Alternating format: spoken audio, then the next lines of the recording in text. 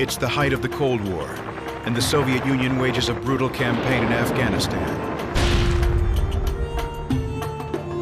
Between 1980 and 1981, a newcomer from Saudi Arabia arrives to join the rebels trying to oust the Soviets, Osama bin Laden.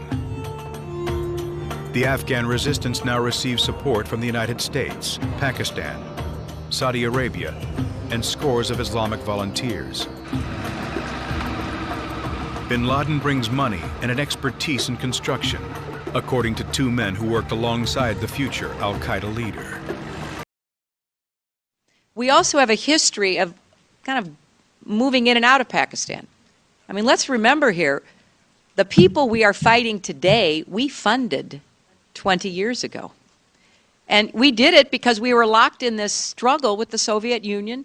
They invaded Afghanistan, and we did not want to see them control Central Asia. And we went to work. And it was President Reagan, in partnership with the Congress, led by Democrats, who said, you know what, sounds like a pretty good idea. Let's deal with the ISI and the Pakistani military, and let's go recruit these mujahideen. And let's get some to come from Saudi Arabia and other places, importing their Wahhabi brand of Islam so that we can go beat the Soviet Union. And guess what? They retreated. They lost billions of dollars, and it led to the collapse of the Soviet Union. So there's a very strong argument, which is, wasn't a bad investment to end the Soviet Union, but let's be careful what we sow because we will harvest. Supporting an insurgency inside Ukraine an important component of the strategy? And if so, how, without getting drawn in too far?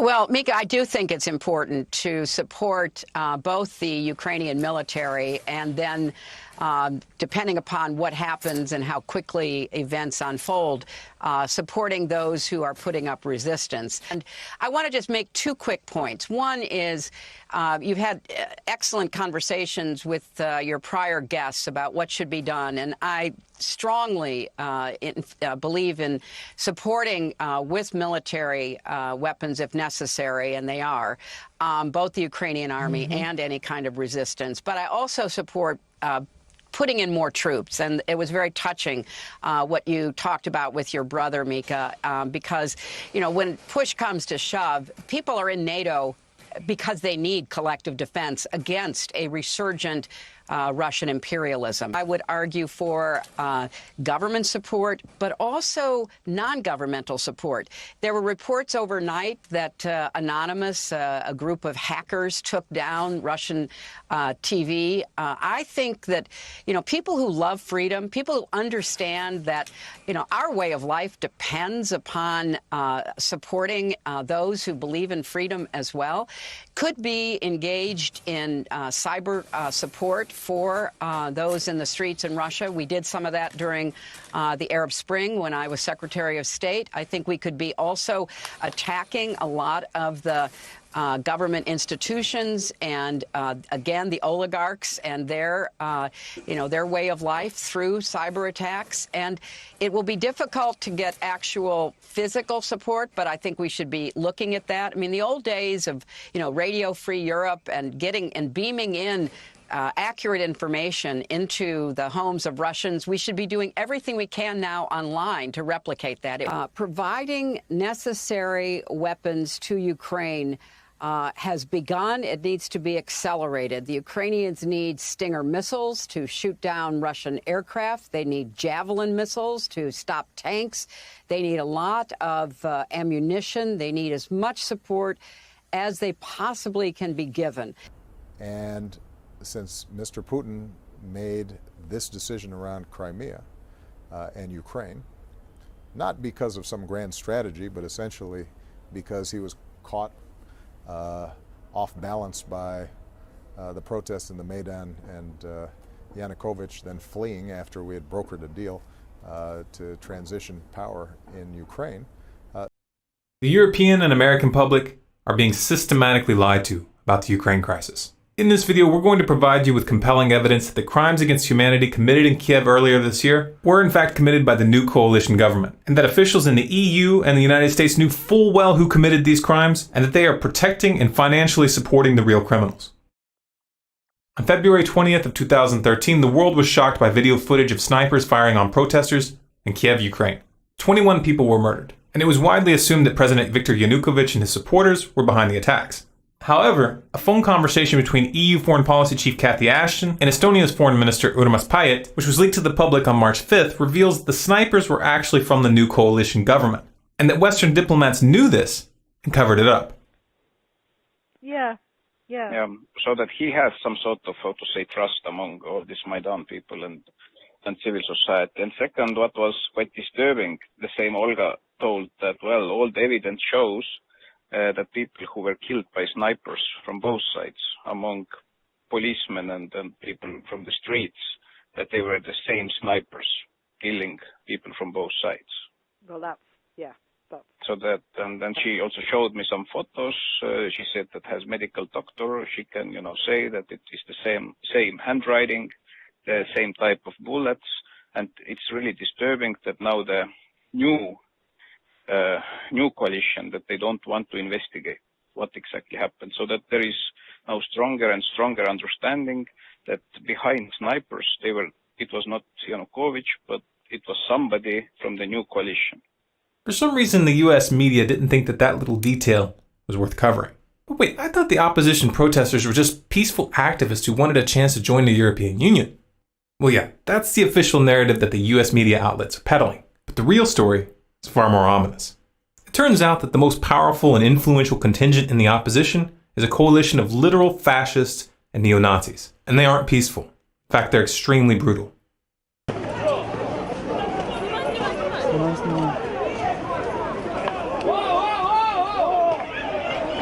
The most prominent among these extremist groups is an organization called Svoboda. The Svoboda party, which traces its roots to the Ukrainian partisan party of World War II, was loosely allied with Nazi Germany. Until 2004, Svoboda had been called the Social Nationalist Party, a deliberate reference to the National Socialism of the Nazis. And we're not throwing the term neo-Nazi around here as an empty slur. The leader of Svoboda, Oleg Tyagnibok, has openly targeted Jews and ethnic Russians in Ukraine for many years. In 2004, he was kicked out of Viktor Yushchenko's government for a speech calling for Ukrainians to fight against a, quote, Muscovite Jewish mafia. And in 2005, he signed his name to an open letter to the leadership of Ukraine entitled, Stop the Criminal Activities of Organized Jewry. And none of this was a secret. The BBC was already reporting on the danger that Svoboda's rise posed back in 2012. And the EU passed a resolution that same year condemning Svoboda as, quote, racist, anti-Semitic, and xenophobic. Yet somehow the US government thought it was appropriate to back these extremists. This is a picture of Victoria Nuland from the US State Department meeting with Oleg Tyagnibok in February. And this is a picture of Senator John McCain sharing a stage with Tyagnibok in December. But why would the US government work with neo-Nazis? Because they thought that they could control the situation. They thought that they could install their puppets behind the scenes and manipulate the situation in their favor. That same Victoria Nuland who met with Svoboda in February was caught on another leaked call discussing who they would put in power. What do you think? I think we're in play. The Klitchko piece is obviously the complicated electron here, especially the announcement of him as deputy prime minister. And you've seen some of my notes on the troubles in the marriage right now, so we're trying to get a read really fast on where he is on this stuff. But I think your argument to him, which you'll need to make, I think that's the next phone call we want to set up, is exactly the one you made to Yats. And I'm glad you sort of put him on the spot on where he fits in this scenario. And I'm very glad he said what he said in response. Good. So I don't think Klitsch should go into the government. I don't think it's necessary. I don't think it's a good idea. Yeah, I mean, I guess you think, in terms of him not going into the government, just let him sort of stay out and do his political homework and stuff. I'm just thinking, in terms of sort of the process moving ahead, we want to keep the moderate Democrats together. The problem is going to be Tyagnibok and his guys. And, I'm sure that's part of what Yanukovych is calculating on all of this. I think Yats is the guy who's got the economic experience, the governing experience. He's the guy, what he needs is Klitsch and Tyagnibok on the outside. He needs to be talking to them 4 times a week.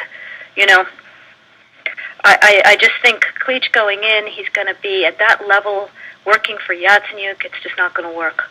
Yeah, no, I think that's right. Okay. The mainstream media tried to draw your attention away from the important part of that conversation by focusing on the fact that she used a cuss word when referring to the EU. Did I write you that this morning? Yeah, I saw that.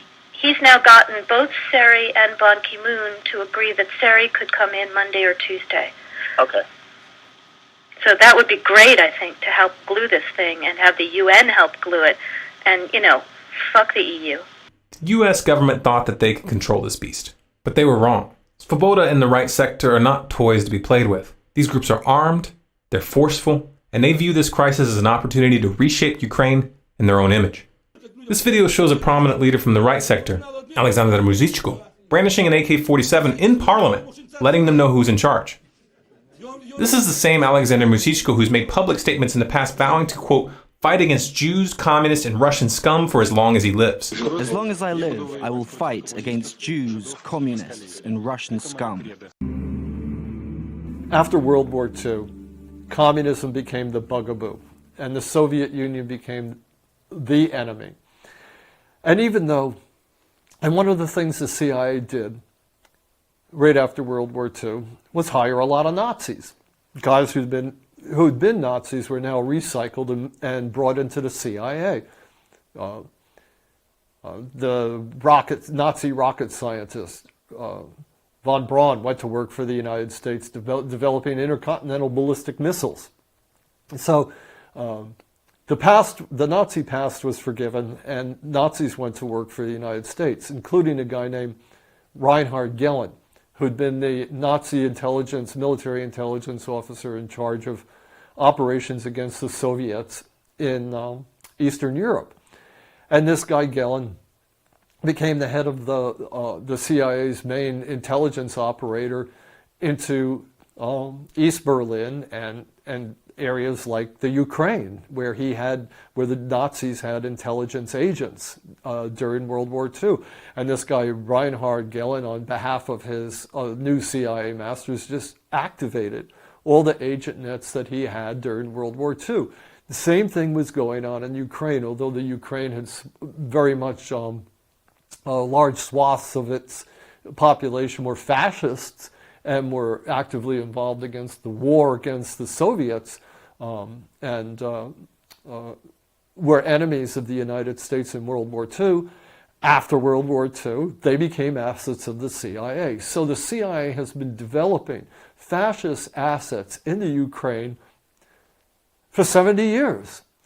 And every year since 1948, when the CIA went into operation, it has had a station in the Ukraine with a CIA officer who's running operations. And those operations have all been directed against first the Soviet Union, and after the collapse of the Soviet Union, against Russia. There's a lot of momentum that has built up over 75 years. Vast agent nets have been put in place. Sleeper agents have been in place for decades, and they're all working against Russia, which is why nowadays it's so hard for the mainstream media and the government to shift and even consider for a moment having good relations with Russia. NATO, its whole mandate and its whole reason for its existence has been to threaten and roll back Russia and eventually sabotage and subvert it and put it out of business. And Ukraine, the CIA's operations in the Ukraine are the cutting-edge vanguard of this effort.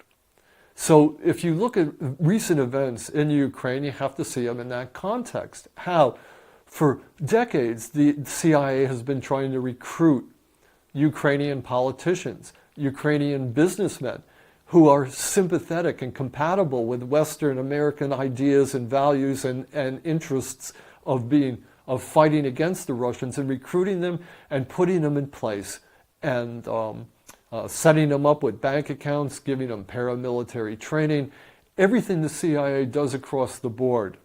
Ukraine has been the vanguard of this operation against Russia. The details are in my book, The CIA's Organized Crime, how this works at the agent level, how the CIA would go around and work with, after the coup that threw out a pro-Russian government and installed a pro-American anti-Russian government, how the CIA already had security services and military people in place who were able to create private militias that would then work against individuals in the Ukraine who were pro-Russian. How they, just like treating it like South Vietnam or any other country that the United States occupies. And that is the situation in the Ukraine. The United States occupies Ukraine. Its government isn't an occupation government that's supported and funded and directed by the United States. And the businessmen and the military people and the politicians that support the Americans benefit, and those who don't are put on hit lists and they're targeted. And that's basically the history and the summary of what's going on in the Ukraine. And the CIA, through its agent operations, which have been in place for 70 years, is at the vanguard of that operation. So is the intent and purpose of the CIA and American involvement in Ukraine to topple Russia, to balkanize Russia? Oh, absolutely, but also to steal Ukraine's, to take all the natural resources that are available there, the profits that can be had. I mean, it's capitalism.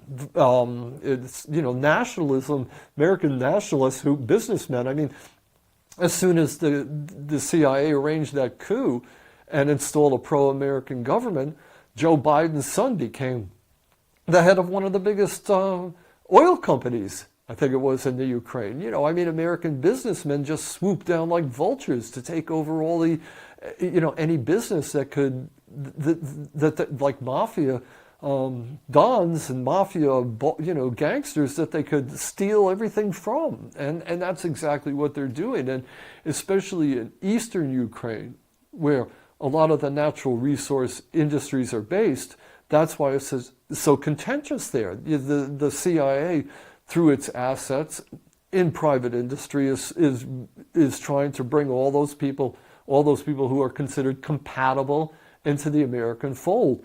You don't see it at its dirty level, the level of blackmailing people, the level of extorting people, the level of the CIA using its underworld contacts to squeeze these people and to force them out of business and to make life miserable for them so that they give up their associations with Russians and Russian businessmen.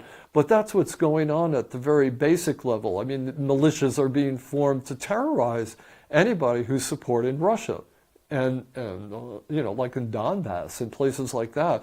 So the details, again, which you would have to spend years studying to understand. I suggest you just read the books to see how the CIA has relationships with the security services in the Ukraine. And as soon as the coup was launched, it took over control of those security services, and it started drawing up the hit lists of targeting people that it could go after. And the reason it's targeting the people that targets most highly are the people that are sitting on natural resources that American businessmen want. It's not going after, plumbers and carpenters. It's going after major businessmen. And that's what the CIA does. It paves the way for American business interests by using illegal methods, and by using illegal methods to install politicians in the Ukraine that will follow the American line. Everything that you don't know about that is going on, and that you're not told about by the media, which I should add is well aware of what's going on, but just doesn't tell you, because it's good for their business too.